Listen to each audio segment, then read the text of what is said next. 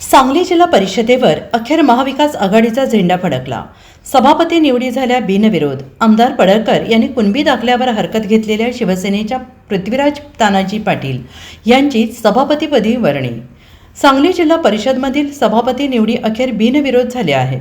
महायुतीकडून सभापती पदासाठी अर्जच न भरण्यात आल्याने सभापती निवडी बिनविरोध झाल्या आहेत। सभापती पदासाठी अर्ज भरण्याची 12 वाजेपर्यंत मुदत होती, पण त्यांच्याकडून एकाही पदासाठी अर्ज न आल्याने सांगली जिल्हा परिषदेवर महाआघाडीची निर्विवाद सत्ता प्रस्थापित झाली।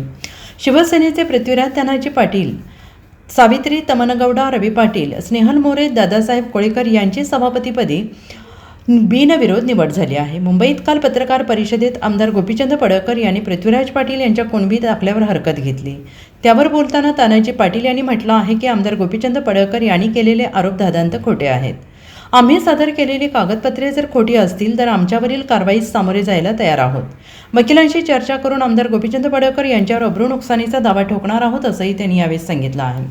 सर्व सभापतींची बिनविरोध निवड झाल्यानंतर महाविकास आघाडीचे ज्येष्ठ नेते जयंत पाटील, विश्वजित कदम, आमदार रोहित आर पाटील, खासदार विशाल पाटील, राष्ट्रवादी काँग्रेस अजित पवार पक्षाचे नेते अजितराव घोरपडे, शिवाजीराव नाईक, माजी आमदार राजेंद्र अण्णा देशमुख, शिवसेनेचे अभिजित पाटील यांच्या हस्ते नूतन सभापतींचा सत्कार करण्यात आला। आणि त्यानंतर पत्रकारांशी बोलताना राष्ट्रवादी काँग्रेस शरद पवार पक्षाचे ज्येष्ठ नेते जयंत पाटील यांनी म्हटलं आहे की सांगली जिल्हा परिषदेमध्ये काँग्रेस, दोन्ही राष्ट्रवादी आणि उद्धव ठाकरे शिवसेना यांची मिळून आज 37 संख्या झाली आहे। अध्यक्ष उपाध्यक्ष निवडीच्या वेळी ही संख्या 34 वर होती। शिंदे सेनेचे 2 आणि अजित पवार राष्ट्रवादीचे 1 सदस्य आमच्यासोबत आल्याने ही संख्या आता 37 वर गेली आहे। जयंत पाटील यांच्याकडून चंद्रकांत पाटील हे माझे हितचिंतक आहेत या विधानाचा पुनरुच्चार त्यांनी केला। चंद्रकांत पाटील माझे हितचिंतक याच्यावर मी काही बोलणार नाही असंही ते म्हणाले आहेत। सांगली जिल्हा परिषदेमध्ये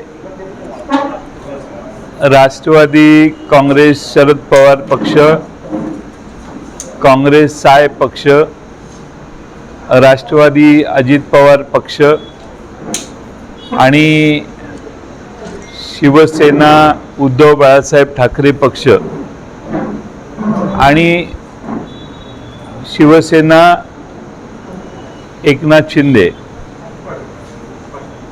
यांचे काही सदस्य या सगळ्यांनी या ठिकाणी एकत्रित येऊन 37 जणांची आता आमची संख्या झाली। मागच्या जिल्हा परिषदेच्या अध्यक्ष उपाध्यक्षांच्या वेळी ही संख्या 34 होती, त्यामध्ये वाढ झाली आणि 3 सदस्य आमच्या बरोबर आले। त्यातले एक घड्याळाचे सदस्य ऐनवेळी 2 सदस्य आमच्यातून कराड मुक्कामातून बाहेर गेलेले, त्यातले एक सदस्य मासाळ यांनी आपली भूमिका बदलून आमच्याबरोबर येण्याचा निर्णय घेतला।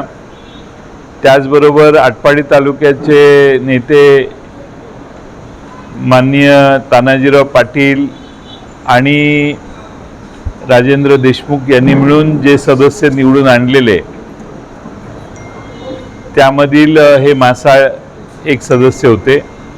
त्याचबरोबर शिवसेनेच्या मधून धनुष्यबाणावर निवडून आलेले 2 सदस्य हे आमच्यात आता सहभागी झालेले आहेत। म्हणून जिल्हा परिषदेच्या 61 सदस्यांच्या संख्येत आता राष्ट्रवादी काँग्रेस, दोन्ही राष्ट्रवादी काँग्रेस आणि काँग्रेस पक्ष आणि दोन्ही शिवसेना एक उबाठा पूर्णपणाने आमच्याबरोबर आहे आणि दुसऱ्या शिवसेनेतले 2 सदस्य आमच्याबरोबर आहेत। त्या सगळ्यांची मिळून आता 37 संख्या झालेली आहे।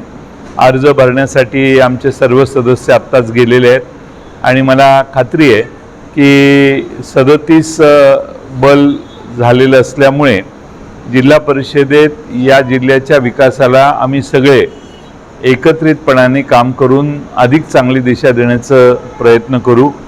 एकजिन्सीपणाने जिल्हा परिषद सांगली जिल्ह्याची यापूर्वी चालायची, हातगाईवर कधीही प्रकरण या जिल्हा परिषदेत आलेलं नाही, तोच आदर्श या जिल्ह्याचा आम्ही पुढे नेण्याचं काम करू। Bureau report, SBN Marathi, Sangli.